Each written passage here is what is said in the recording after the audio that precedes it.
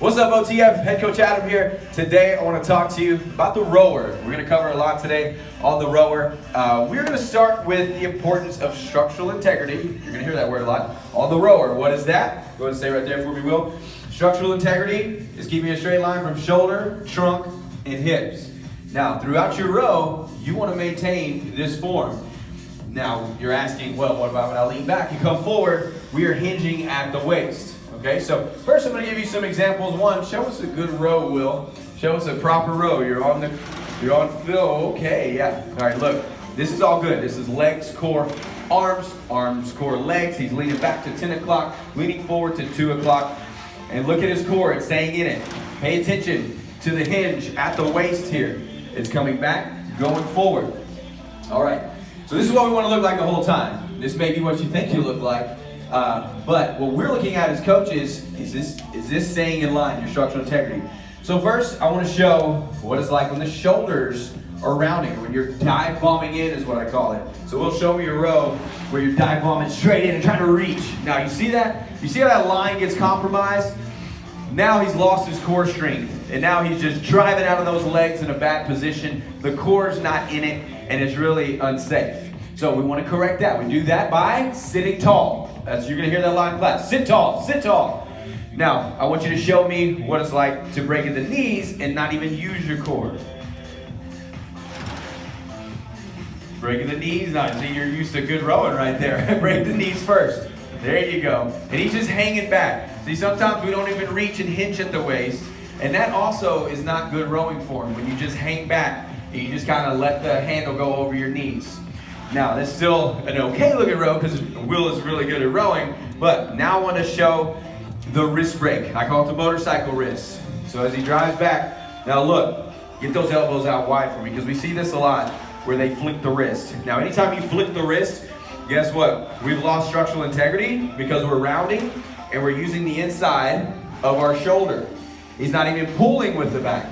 So Will, get tall for me, get tall, and look at that correction. He got tall, and he corrected it. So on the rower, you want to feel that core. That'll tell you. And also paying attention to the strap. You go again, when you hear no bumps in the road, this is what we're talking about. No bumps in the road. Now, Will, show me some bumps in the road. There's a bump. There's a bump. Break the knees first. I want you to get the knees, bend them first, and then get up and over them. He's just too locked in. He's too dialed in. It's right here, breaking the knees and up and over. Up and over, there we go. Look at the bump. There's the bump in that strap. Now, we help correct it. That's how he rows in class. No, I'm just kidding.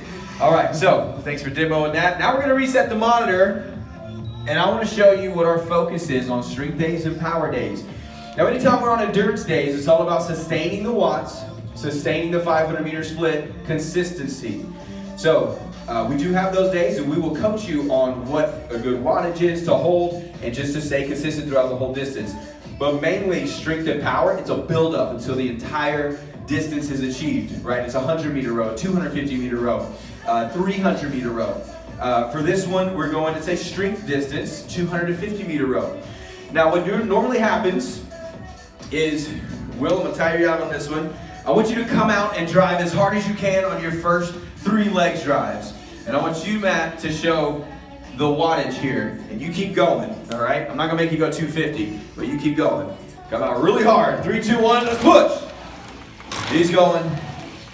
Oh, man, he's feeling good. He's liking it. Man, 389, he's feeling like a boss right now because he hit 389. Oh, but look at that wattage. Look at it. It's falling. It's falling. Oh, it's falling. And it keeps falling. So go ahead and stop for me, Will. Now this is called leaking power. He's leaking power and you can't sustain it. That's not in control. This is what I call the rower working you, because now it's in control and it's just falling down in those watts. So you don't ever want to start out with your hardest leg drive whenever we are going for a strength row or a power row, because I want you to build up. Now we're going to reset it. Now we're going to go 250-meter row. Now anytime you're doing this, start out at a base row. A good technique. Get it going and think of yourself like a freight train and build it up. So Will, I want you to give it going. Power back. Patience, patience forward.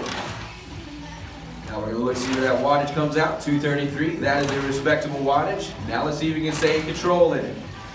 229. You may get a little dip. You may have been a little excited as he goes. But now right here is where you start thinking, all right, leg drive. Look, he's starting to get it the other way. And he's starting to control it. Now this is what's called you working the rower. You own this rower. We have 100 meters to go. And he's going to continue to hold this wattage and try to increase it. Even if it's just by 1. You are in control over this wattage. Stay with it. Now what you're developing is strong leg drive.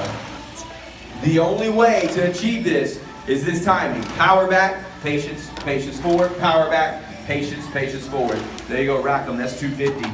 He started out at 233, ended at 252. So that was a totally different row than it was whenever it was 388 and you keep falling, falling, falling. So that's what I want to show you on the rower. That's start paying attention for that in class. Listen for that cue. You know, control the rower, control your watts, build your wattage, and you will learn to really appreciate what the rower has to offer.